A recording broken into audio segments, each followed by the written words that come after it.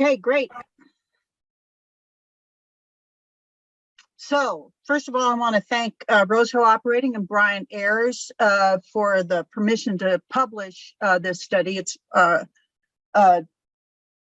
gave a poster and a talk in 2019 at AAPG, and then I also had presented. I think a couple of people out here might have already seen this, but basically this is the outgrowth of this study was Rosehill had some properties in the Delaware Basin Wolfcamp, and we're interested in the effect of overpressure on making, you know, how does that improve your production? And as we've already seen from everything that Steve had to say, is that overpressure, extremely enhances your production. You know, Steve talked about how to predict it, how to find it, and what I'm going to do essentially as a problem-solving exercise is, okay, trying to look at how much does the overpressure enhance the production. Answer that is yes, of course it does, but this problem-solving exercise that I went through basically uncovered a different problem, which was paleo overpressure. And so why were we interested in the first place? Because overpressure enhances the production quality so much, and the Delaware Basin Wolfcamp is the largest reserve addition estimate the USGS has made in the United States, with a reserve addition of 46 billion barrels, 281 TCF of gas, and 20 billion barrels of natural gas liquids. And that is only in the Delaware Basin. That does not include the Midland Basin Wolfcamp, which had another 20 billion barrels.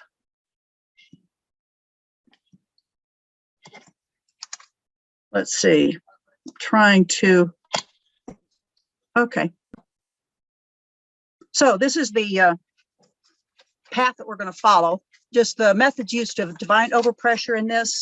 The Delaware Basin overpressure cell is currently defined. And as it's currently defined, it was only where do we have to mud up to drill through the overpressure. Then when you look at the overpressure signature seen on the resistivity logs, it doesn't match that. So essentially, I looked at drill stem test data and compared that to the resistivity log data to the mud weight data, and derived a pressure gradient per foot from the drill stem tests, a pressure gradient per foot from the mud weights, and then a pressure gradient per foot from the normal resistivity trend, which Steve had talked a bit about, to the resistivity in the overpressure trend. And the conclusion is, wow, they don't match.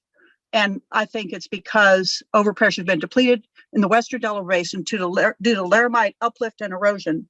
That has a number of implications for basin development. So you guys stop me anytime anybody has any questions, but okay, so just the general pressure diagram. We've got pressure or stress increasing in this direction, depth increasing in this direction. This is the water gradient. This is the fracture, the overburden gradient. This would be the frac pressure. And then this line right here is the overpressure. And of course, pore pressure occurs right in this area. That little red bubble should have moved back a little bit. And then gas gradient is right here. So this is our water gradient, which normally be about 0.45 psi per foot. And then the overpressure section is going to increase all the way over to here until it breaks that frac pressure. You hope that it doesn't do that. So methods to determine overpressure. And of course, we've already been through a number of these. Seismic, you got a velocity increase in overpressure, drill stem test or repeat formation test. And that's going to show you a high pressure and overpressure. Mud weights, you're going to have to increase the mud weight.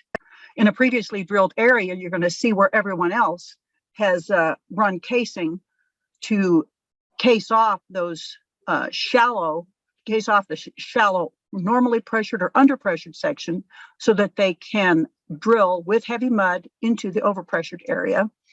Resistivity logs, you're going to see a drop in resistivity in an overpressure. On sonic logs, you're going to see an increase in sonic velocity in the overpressure. Of course, you can look at initial shut-in pressure, the diagnostic fracture injection test in a horizontal fracked well, and then, of course, the bottom hole pressure. So those are that's the kind of the summary slide. Mom and apple pie, that's everybody knows those things. So in this study, we're just going to look at the drill stem test. I didn't have any seismic. We're just going to look at the drill stem test, and in the Delaware Basin, they did not run repeat formation tests. They ran some drill stem tests in the early wells. We're going to look at mud weights, lots of mud weight data. Casing seat, of course, that's kind of an after the fact point where they had to drill set casing right at the top of overpressure. We're going to look at resistivity logs.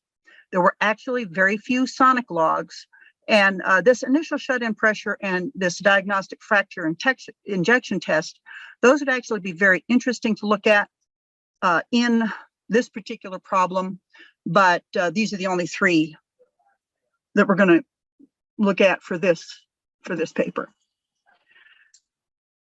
Okay, so what is normal hydrostatic pressure?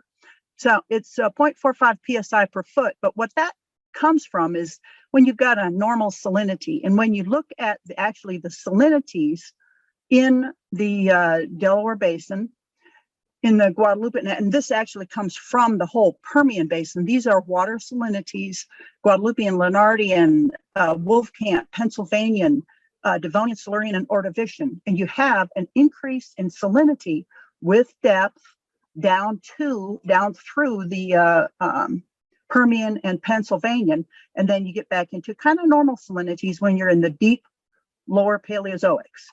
So when you actually have that trend of increasing salinity with depth, the gradient in psi per foot, since the salinities are 200,000 ppm, you actually have a pressure gradient that's higher than that.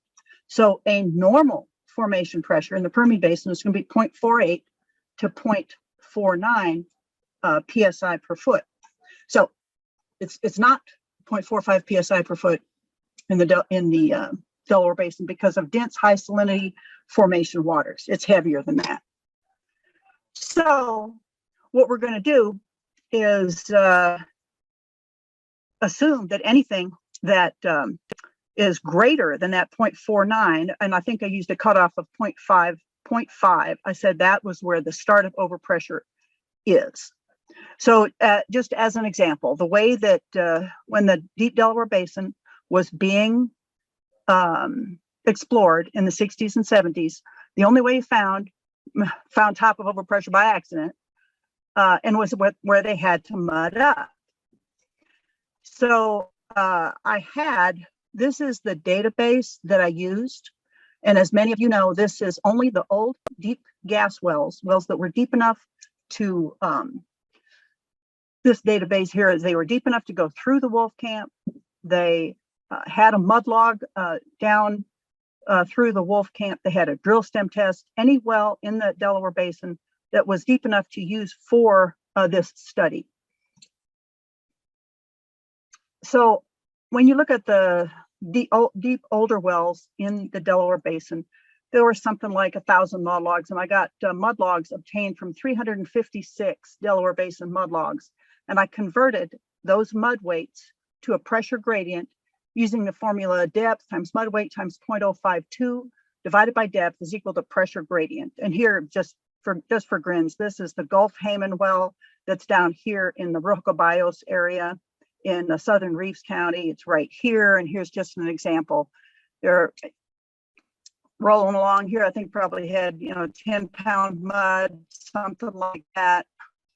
Got a gas increase, got a flare, and flare had to mud up to 12-pound mud, and that calculates using this equation to a pressure gradient of 0.624.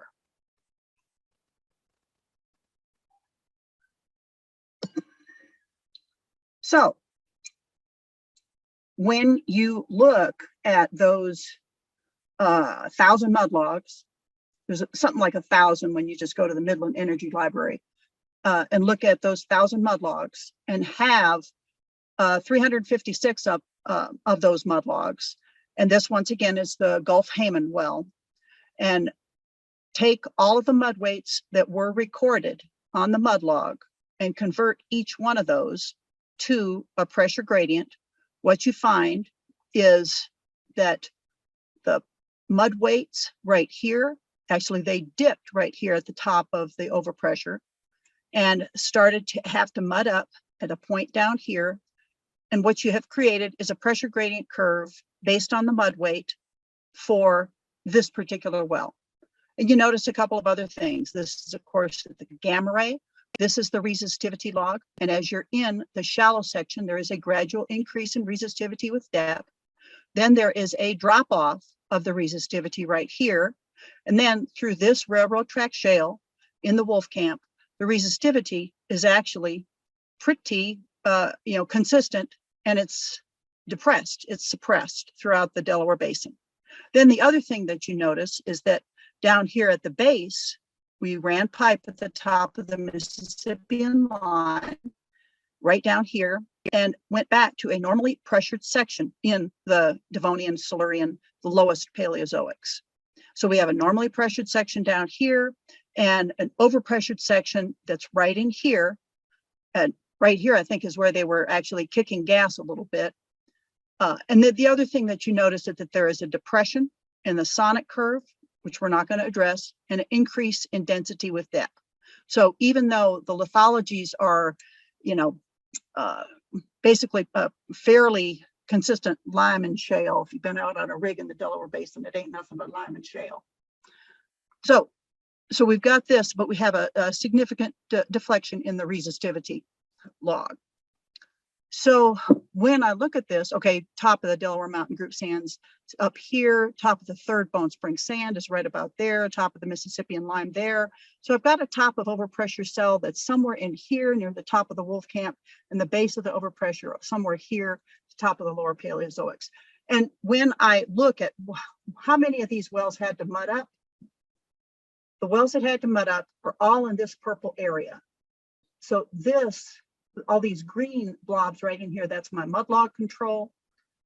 I had to mud up here, and this agrees very much with this publication by Ms. Rittenhouse from Shell.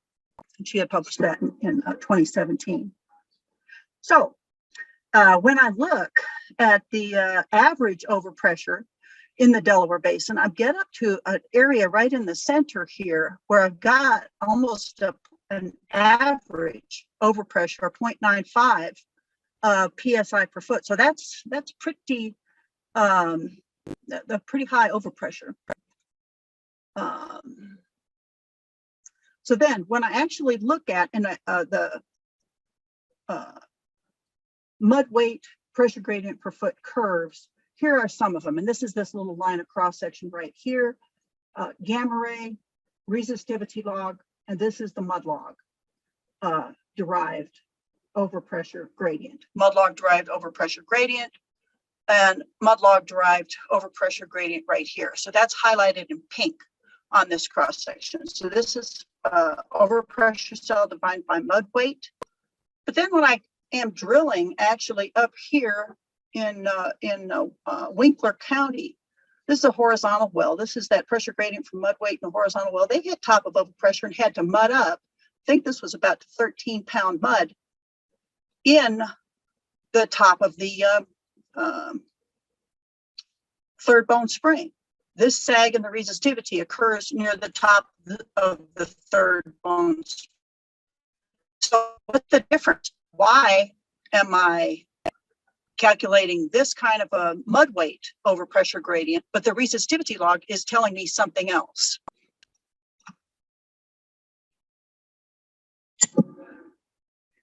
So let's look at this publication talking about response of resistivity logs to overpressure. So the resistivity logs is responding to changes in the fluid transport properties of the rock as altered by overpressure.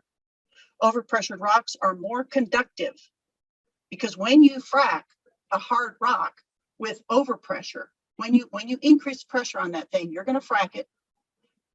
You've created a tiny microfracture network that has been introduced or enhanced, and you can preserve that microfracture network, and you've preserved the conductivity. You've preserved the conductivity. What you've done is you've decreased the resistivity. So once again, gamma ray, resistivity, and you can see here at the top of overpressure, we've kicked to the left. This is sonic velocity, and it's kicked to the left. The density is still increasing with depth, and the mud weight right here has increased with the overpressure. So that's what we're looking for. So let's just look at a couple of examples. Right over here on the right is a Delaware Basin example from the Northwest Shelf, and you can see the gamma ray here.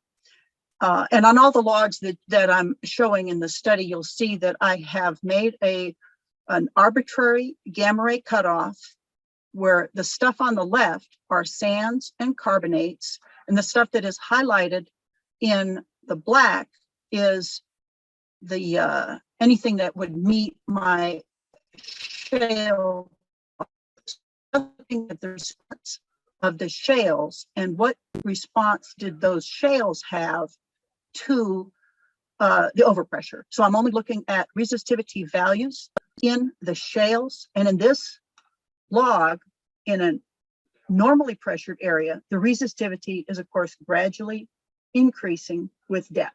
Density gradually increasing with depth. Makes sense. You're just loading all those rocks on top of each other and making them more dense. So then let's look at an example over here in a normally pressured area in the Anadarko Basin.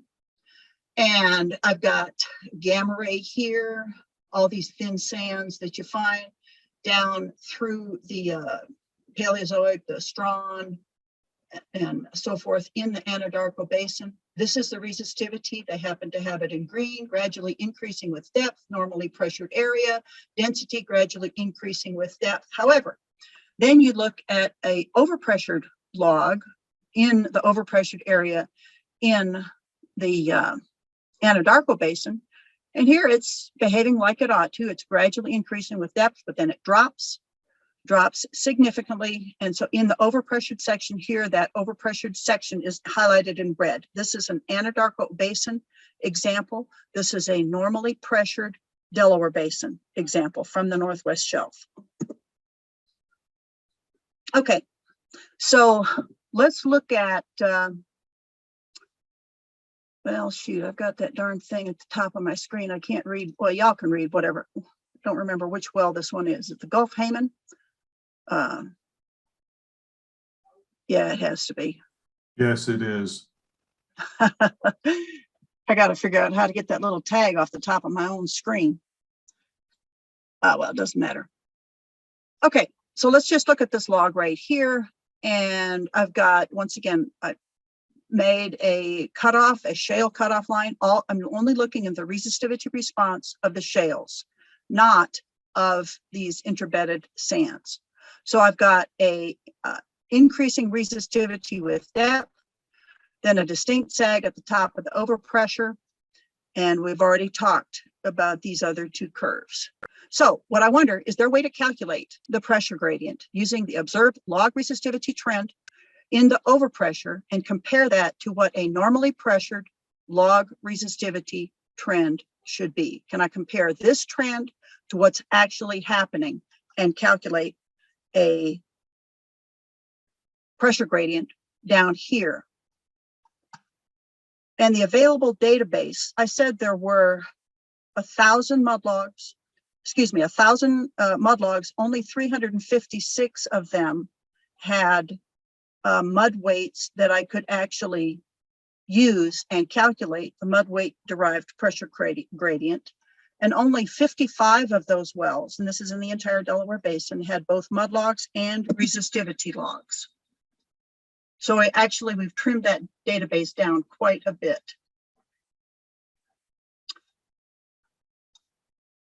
Okay, so this is a Gulf Coast example, and Steve had already showed some of these, but you can see here's the shallow resistivity trend.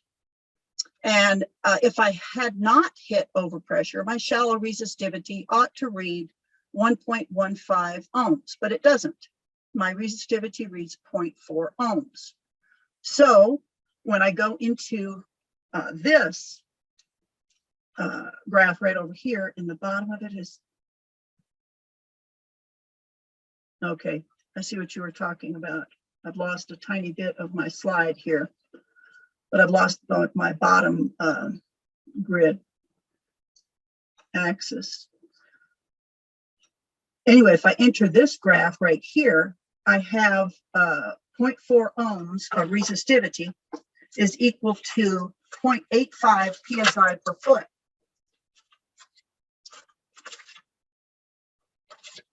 One second, I had actually written that down.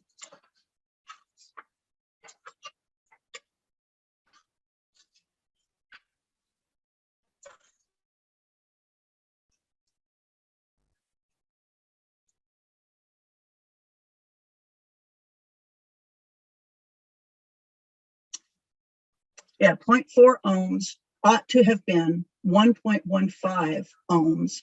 The ratio, what we're looking at here then is the ratio between this shallow trend and what the deeper ohms, the actual observed resistivity reads.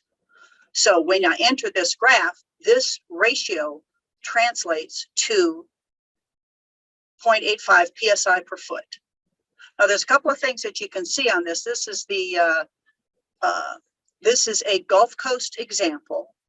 These are the R squared is a 0.83. There's actually quite a number of data points here.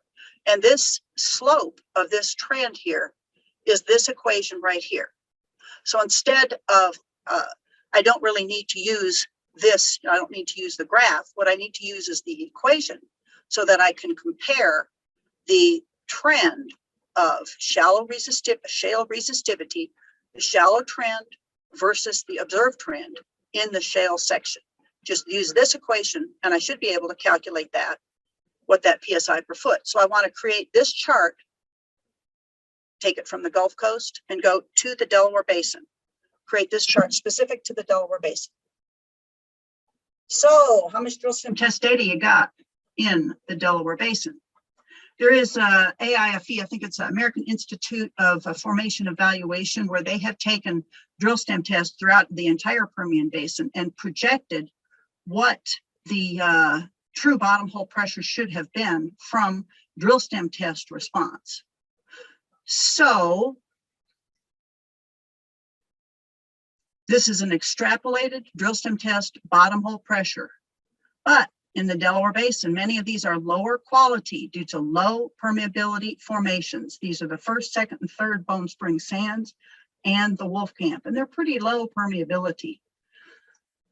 So I had 48 wells with Wolfcamp or Bone Spring drill stem test data, and I've got the AIFE calculated true bottom hole pressure projection and a resulting pressure gradient. I can calculate a resulting pressure gradient from that bottom hole pressure. Of those wells, only 18 of this 48 are located in the area of interest in the Delaware Basin.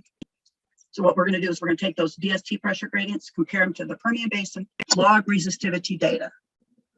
So this, I think, this is the mobile Schlosser well. Okay, so I'm trimming my database down even further. Only 2 wells had a resistivity log over the drill stem tested interval.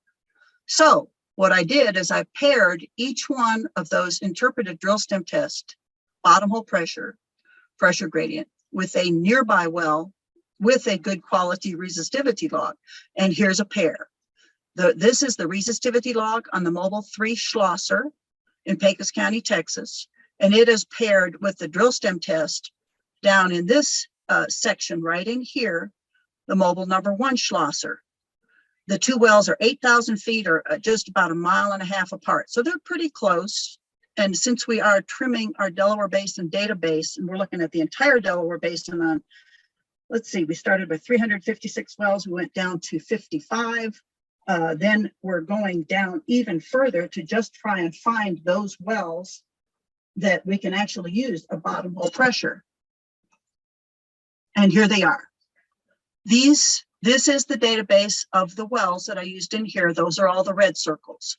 Everything that has a green larger circle, those are those paired drill stem test with a nearby resistivity log. And here are those wells.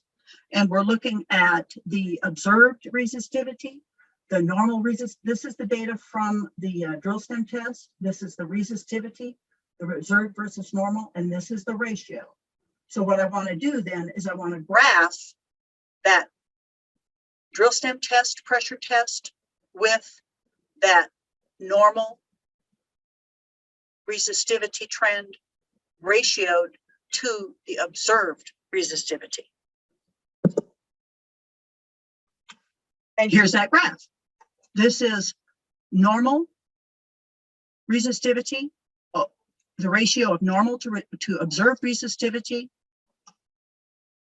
the trend with that drill stem test pressure gradient.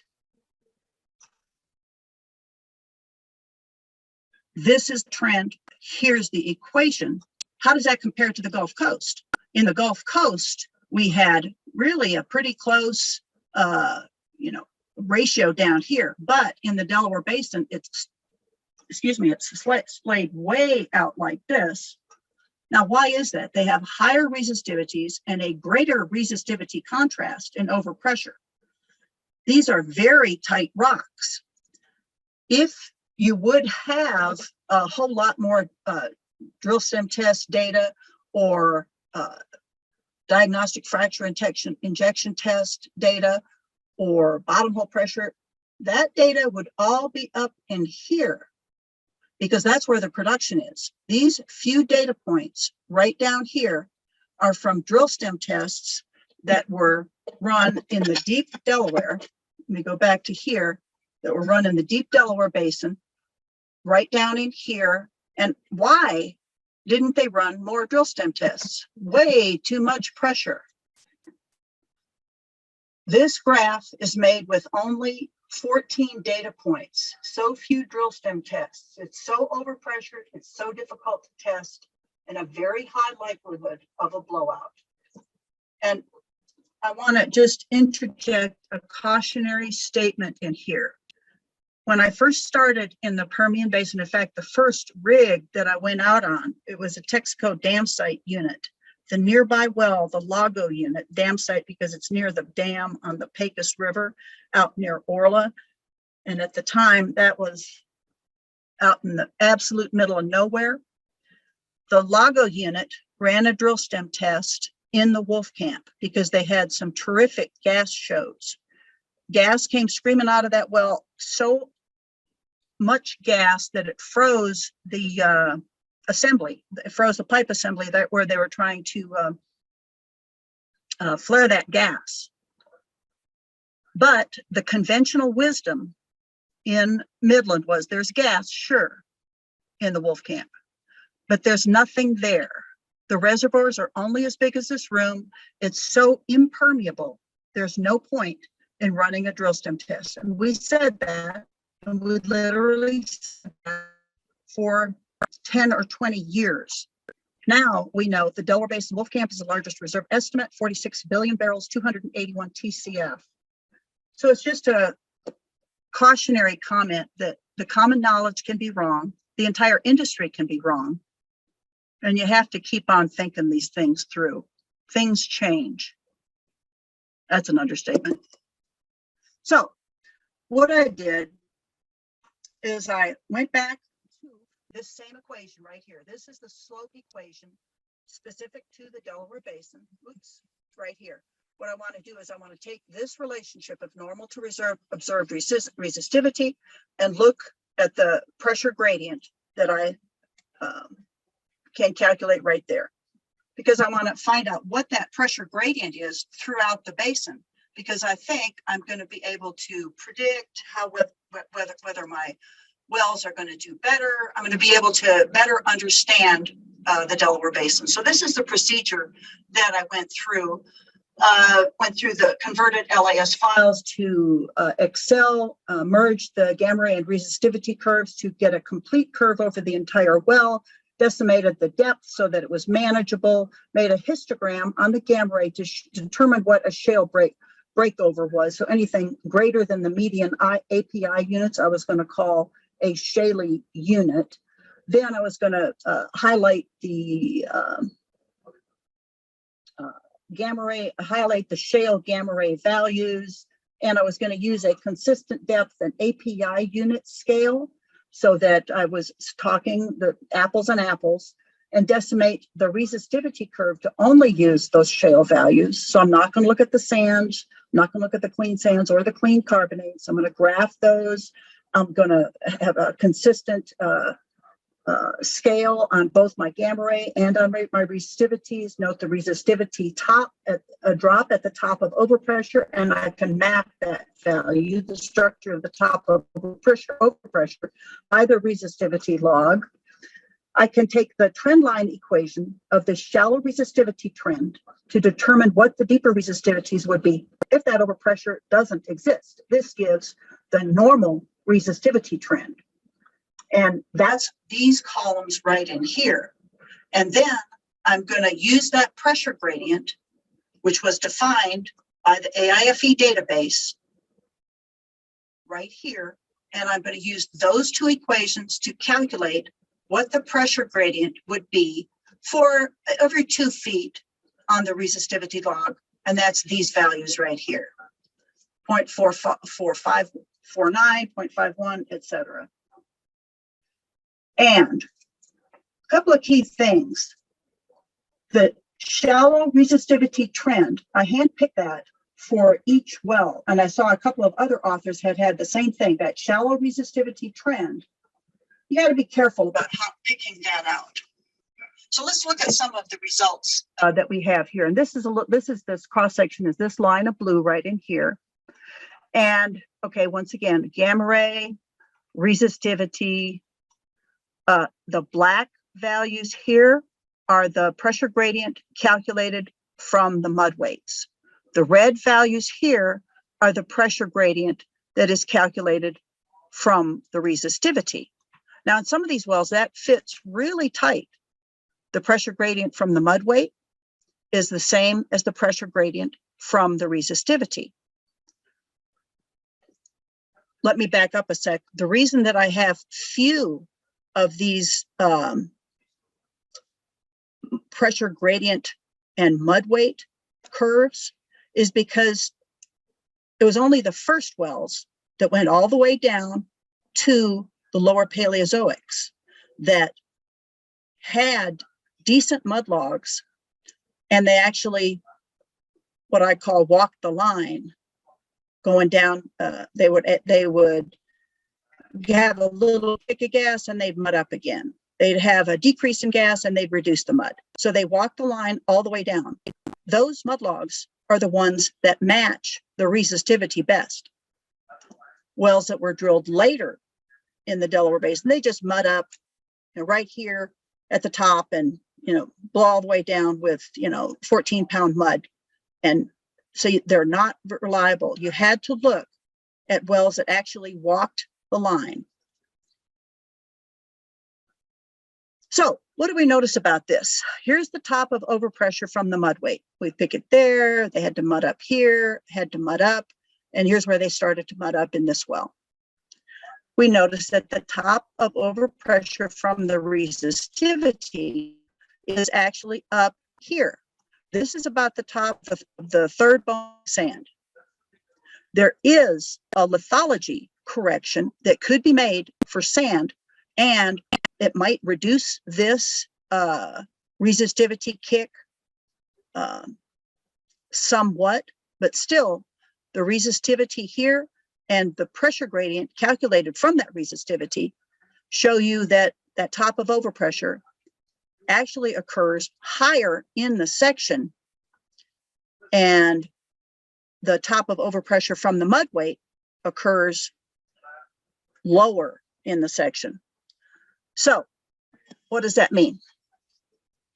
Well, this is just my summary slide. Drill stem test derived pressure gradient, mud weight derived pressure gradient, and then the ratio of the the normal resistivity trend versus the overpressured resistivity trend. So let's look at, let's stand back and look at the basin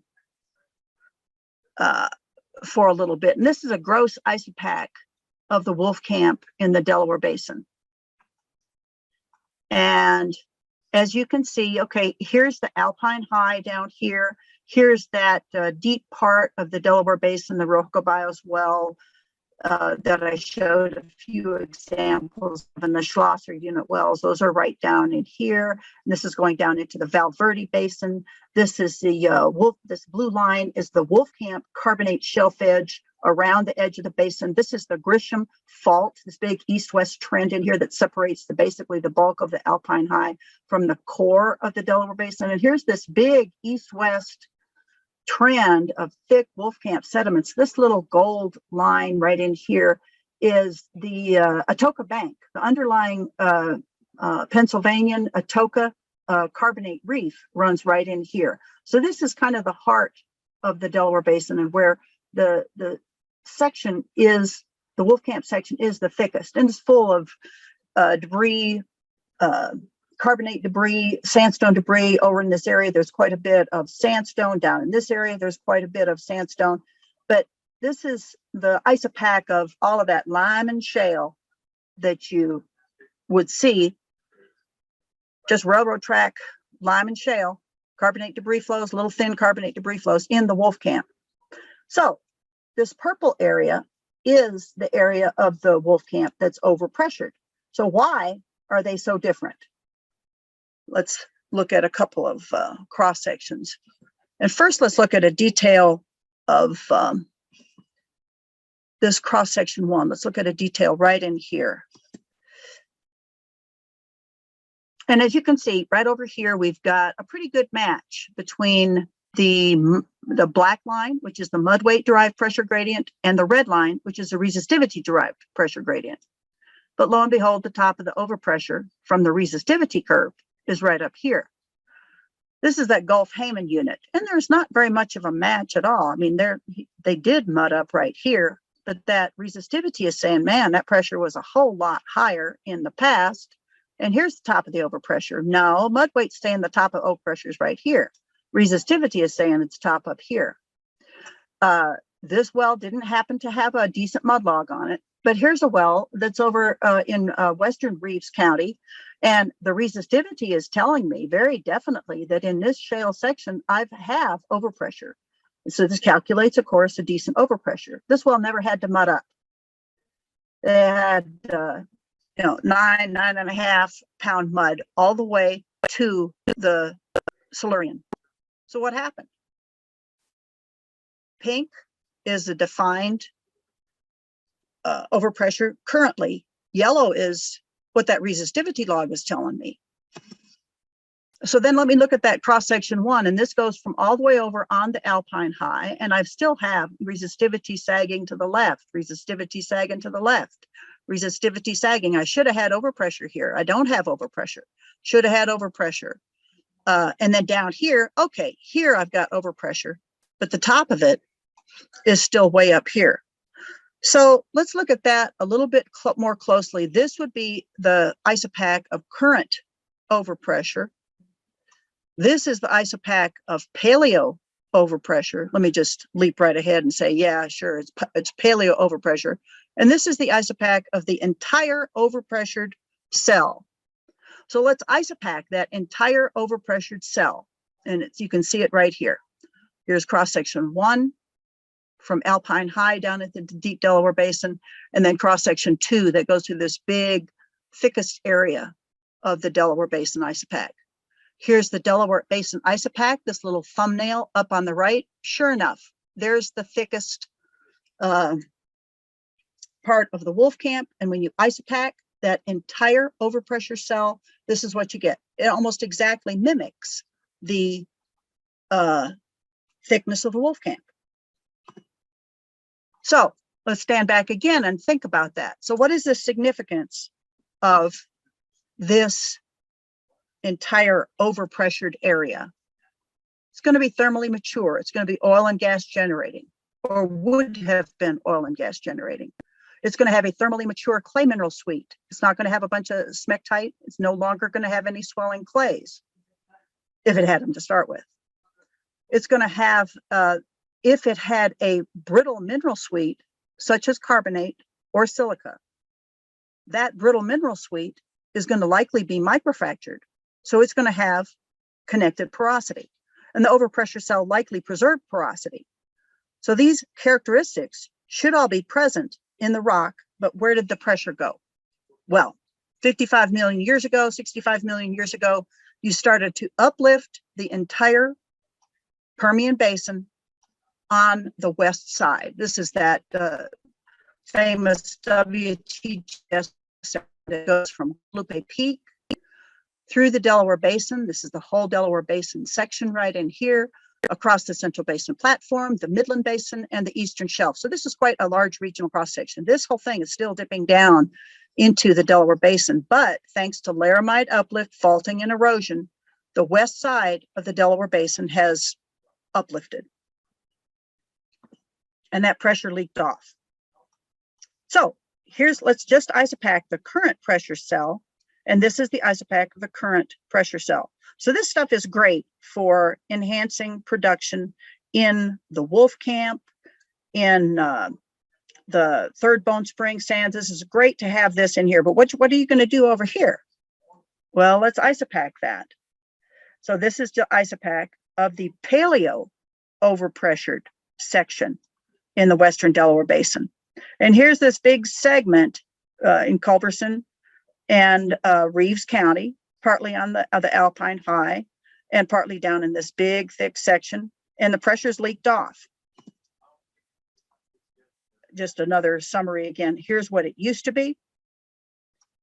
Pre-laramide on the left, and here's what it is today on the right. So what's the significance of all of that? Let's look at that again. It's mature, thermally mature, it's generated oil and gas, doesn't have any more soil and clays, it's brittle. If it's brittle, it's possibly still all connected, it's permeable, and it preserves some porosity. But if, like Steve would want to find, if I cannot find a giant hydrocarbon trap in it, what can I do with it? I can store carbon dioxide in it. That's why I went back to school to see if I could learn a little bit more about carbon sequestration. Of course, we all still need the giant fields that Steve can find for you, but we need to do something about all this CO2. Let's talk about that later.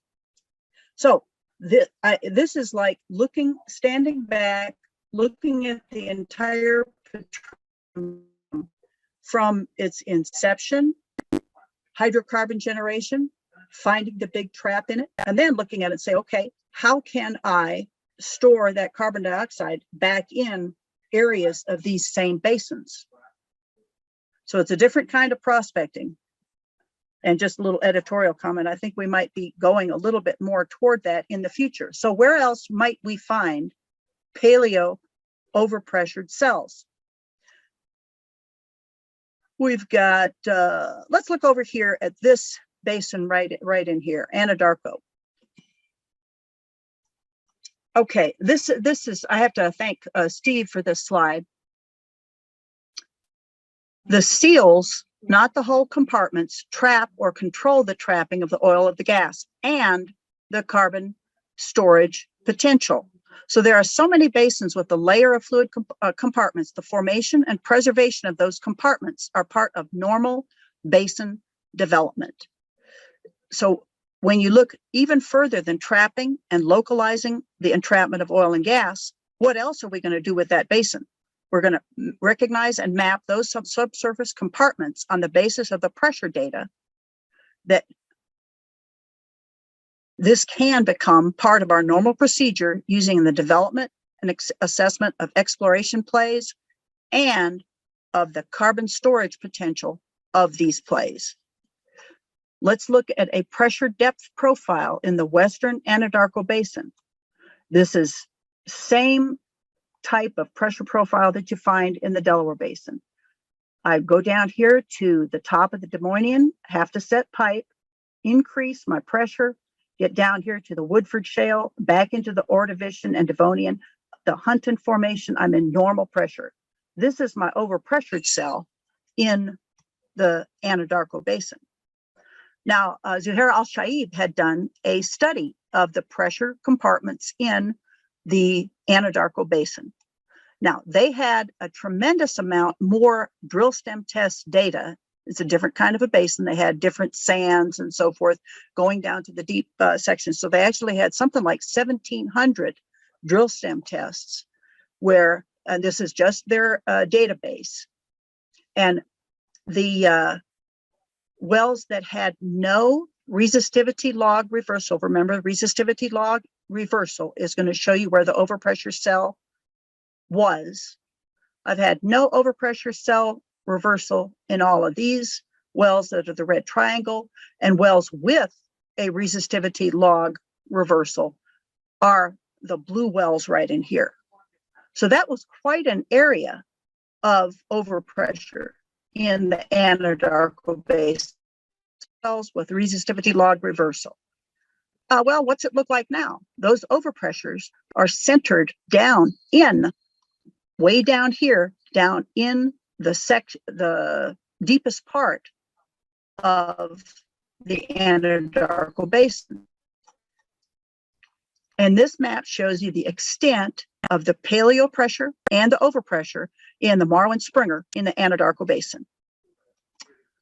Okay, this light green is the extent of the paleo overpressure, and the current overpressure is right down in here. And interestingly enough, the vitrinite reflectance mimics the paleo overpressure, not the current overpressure, which is exactly the same thing that you find in the Wolfcamp in the Delaware Basin. That paleo overpressure defined where the thermal maturity was going to be, yet when the Oklahoma area was also uplifted to the west during Laramide time, the same as the Delaware Basin, that pressure leaked off to the west. So let's just draw some conclusions here. What we've done is compare in the Anadarko and the Delaware Basin. We've compared drill stem test pressure data to resistivity data to mud weight data, calculated a pressure gradient from drill stem test, a pressure gradient from mud weight, and a pressure gradient from the normal trend compared to the overpressured resistivity trend, and derived a pressure gradient per foot from that. And come to the conclusion that overpressure has been depleted in the Western Delaware Basin due to Laramide uplift. And there are applications to other basins. We showed you the Anadarko Basin example. I'm certain that there are other basins out there. Steve talks about the Arkoma Basin also having a paleo overpressure signature. This paleo overpressure has an application to oil exploration plus an application to defining areas for carbon capture and storage. Thanks very much. Any questions? Yes, I see we have 3 questions. Let's see. Mr. Paul Britt says, do you use total gas and connection trip gas as well for a pressure indicator? Yeah, no, I didn't. If I had trip gas or if I just had connection gas, I didn't use it. It had to, in order to define a well that was quote unquote walk the line, I just picked those wells that were drilling along and had to mud up. I didn't trust that connection gas because I didn't know how long they had sat on bottom and so forth. So I picked only wells that were actively drilling, had a kick, had to mud up, and then continued to drill. Those were wells that quote unquote walked the line. Okay, second question. M. Guerrero asked, what causes the higher salinity formation waters in the Permian? Wow, there's a really good paper by Art Saller and another fellow, I can't remember his name. And I think I took that graph from one of Art Saller's papers, but the entire Permian Basin is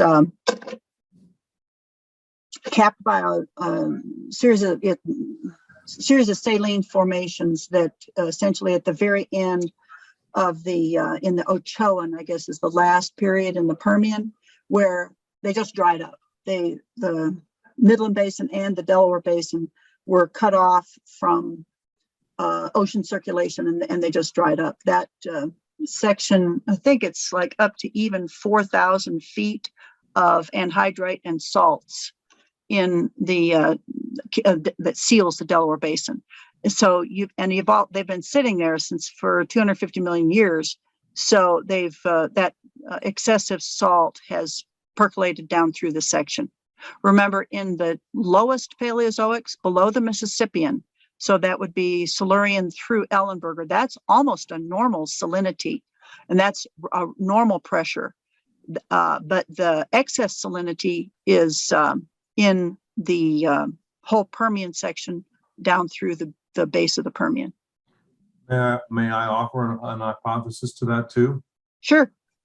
One of the things I had read was also that when the watchtowers were in place, they pretty much cut off, they restricted the Permian Basin greatly.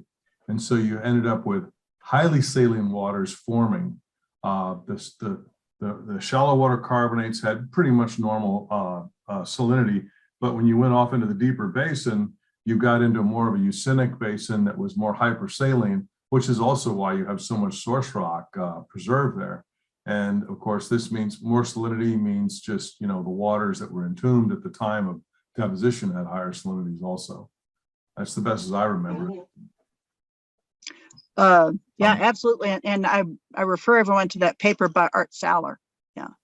Yeah, good. And then the last question is Paul Britt makes a point about the drop in mud weight at the start of overpressuring. His comment is, I'm guessing this is due to gas cut mud? I'm not sure about that one right there. There was gas cut mud was common. That one example that I showed you was the Gulf Hayman well, and it might have been gas cut mud. That was an early well. They might have just, there were several types of operators in the Delaware Basin. Some were risk averse. Some of them were willing to drill, running a 20-foot flare with a lot of gas cut mud. I'm not positive about that Gulf Hayman example right there. But yes, gas cut mud would be a good example. The mud logs actually that turned out to be the most useful were those that where the operator was not risk averse and was willing to drill ahead and just mud up only as much as they needed to, and not drill way overbalanced. So yeah, good point. It probably was gas cut mud, and I don't know how consistent that would be across the database that I had. And finally, I see Stephen Getz has his hand raised. I invite him to unmute and ask his question. Okay, I noticed that you started developing your pressure below one of the Bone Spring sands, and I would say that's probably progradation. That's that first prograding sand sequence going back down into the basin, which would kind of fit my scenario that when you go into overpressure, you go into those slope sands, you start hitting pressure. What I noticed was on your first couple of slides, you said you get a velocity increase in pressure. I think you get an increase in interval transit time, but pretty much the sonic logs you showed me indicate you actually get a decrease in velocity in many areas of the overpressure. You understand what I'm saying? Yeah, and that was one thing that I didn't pursue was, what is it actually behaving like? What is the sonic log behaving like in the Delaware Basin overpressure? I didn't research that a lot. There were not very many sonic logs that were consistent all the way down through the where you didn't have a continuous sonic log from the Delaware Mountain Group, the shallow Delaware Mountain Group down through the Wolf Camp is what I'm saying. So yeah. For the onshore lithified, overpressured Mesozoics of the Rocky Mountain Basin, Surdam showed how you can make what he called a normalized sonic log and then look for the low velocity intervals in the overpressuring. That's in his memoir also. Question has popped up just now. or a comment maybe. Let's see. When we were drilling the Hayman wells at Gulf, the plan was to set a casing string in the top Devonian and case off the overpressure drilled on a different mud weight where the known hole problems would occur. And that's the comment. Thank you for sharing your experience. Please tap on and unmute yourself if you want to ask it, if you want to make a further comment.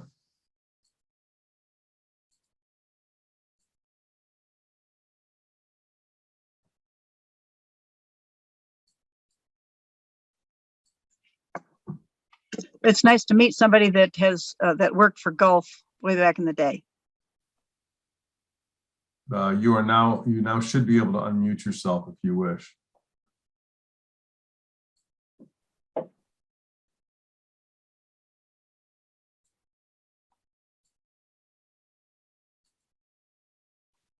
Looked like Jonathan raised his hand. What was your question, Jonathan? You have to unmute yourself. I am not afraid of showing my ignorance, which is an abundant supply. So in simple terms, resistivity increases when one has lower salinity, fresh water, and also if one has lower porosity, tight rock. When it is that the resistivity appears to increase with depth in the overpressure section, what else is it that's causing it to increase? And then the real source of my question is, once the pressure has bled off, as you described in the laramide uplift, why does the resistivity remain the same? And the only thing that I can sort of think of is that the rocks be's tight and they stays tight.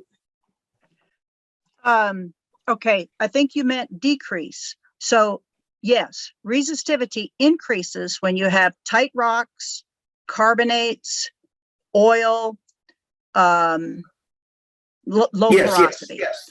I'm sorry. Resistivity will decrease when you have a high salinity fluid in the formation.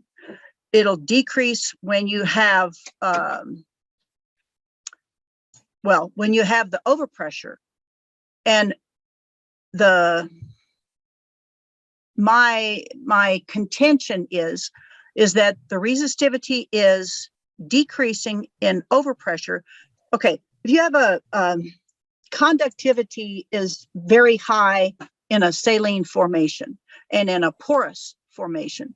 So by inference, then the resistivity has decreased. If conductivity is increased, then resistivity has decreased. So here in my overpressured section, that electrical current on that resistivity log is zipping through that saline water and zipping through those microfractures and, just zipping through. Could you just put a log up again? Maybe I instinctually considered that the curve moving to the right meant increased resistivity because that's what it usually does. No, the curve moving to the right is increased resistivity. Okay, curve moving to the right with a big, yeah. Is this all right? So okay. Where the arrow is in the first well on the right-hand side of the red line, where the red line is getting further and further to the right with depth, are you saying that is increasing or decreasing resistivity with depth? Okay, the blue line, can you see my cursor? Yes. Yes. Okay, so the blue line on this log is the resistivity curve. The red line is simply the pressure gradient defined by that resistivity curve and that equation that I showed you on that earlier graph. So I've got a normal increasing trend of resistivity here. As I'm going deeper, the resistivity is getting higher. And what essentially, I guess what that tells me is that my porosity is compacting, the porosity is less. So that's why this I'm getting this curve, this resistivity trend increasing with depth. But when I get into the the red overpressure in the curve- shale below it, it's going It's going less to the, resistivity. it's much less resistive. Yes, it's much less resistive. So there should be a number of reasons. Well, if it's less resistive, it either means it is more porous, more permeable, and it's the indicator of overpressure. It's more conductive. The rock down here is more conductive. The rock up here is less conductive. But it's more conductive. I've preserved that microfractures. I preserved those microfractures in the shale, and I've preserved the signature of what the overpressure would have been in the past. Remember that the curve to the right. I mentally looked at the red line and I don't know. Okay, well, the red line is just the pressure gradient derived from this line. And it's just derived from it. So it's kind of a mirror image of it when you look at it. Yes. Yeah.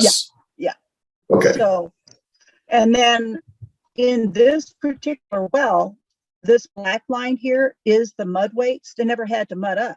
So if they never had to mud up, this well's not in overpressure anymore, even though the resistivity is telling me, and this derived pressure gradient is telling me I was in overpressure, but I'm not today. And that's, I never had to mud up. So. Okay, so let me just do a little reflexive listening. The thing that has remained once the pressure has bled off is the microfractures and the conductive fluid that fills them. That is my contention, yes.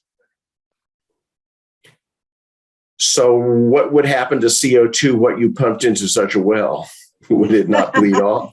Okay, that gets into a whole, you mean, would it bleed off up to the west?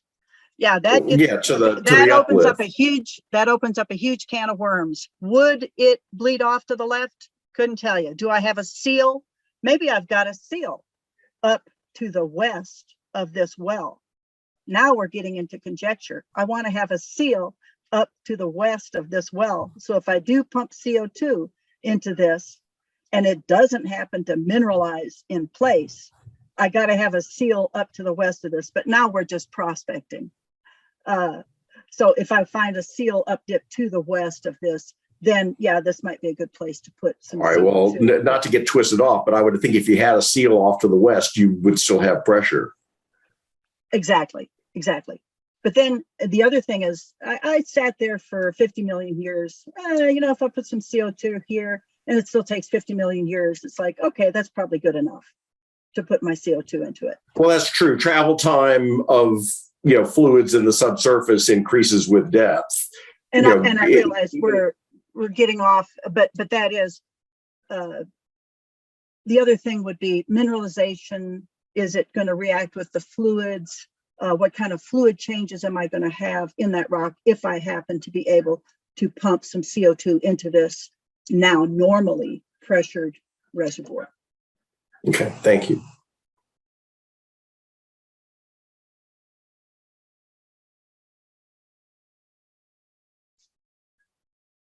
Anything else?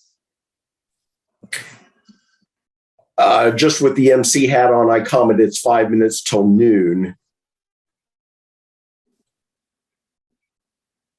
And I think we have something of an open end, but all good things have to come to one, don't they?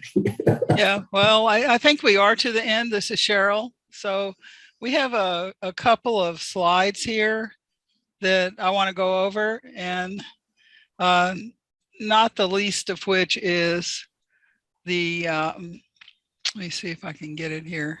Not the least of which is the thank you for coming as our audience. I know the organizing committee, execution committee really enjoyed this. We hope you learned something. I know I learned a lot. These two instructors just downloaded a lifetime of experience to you. I hope you can appreciate that.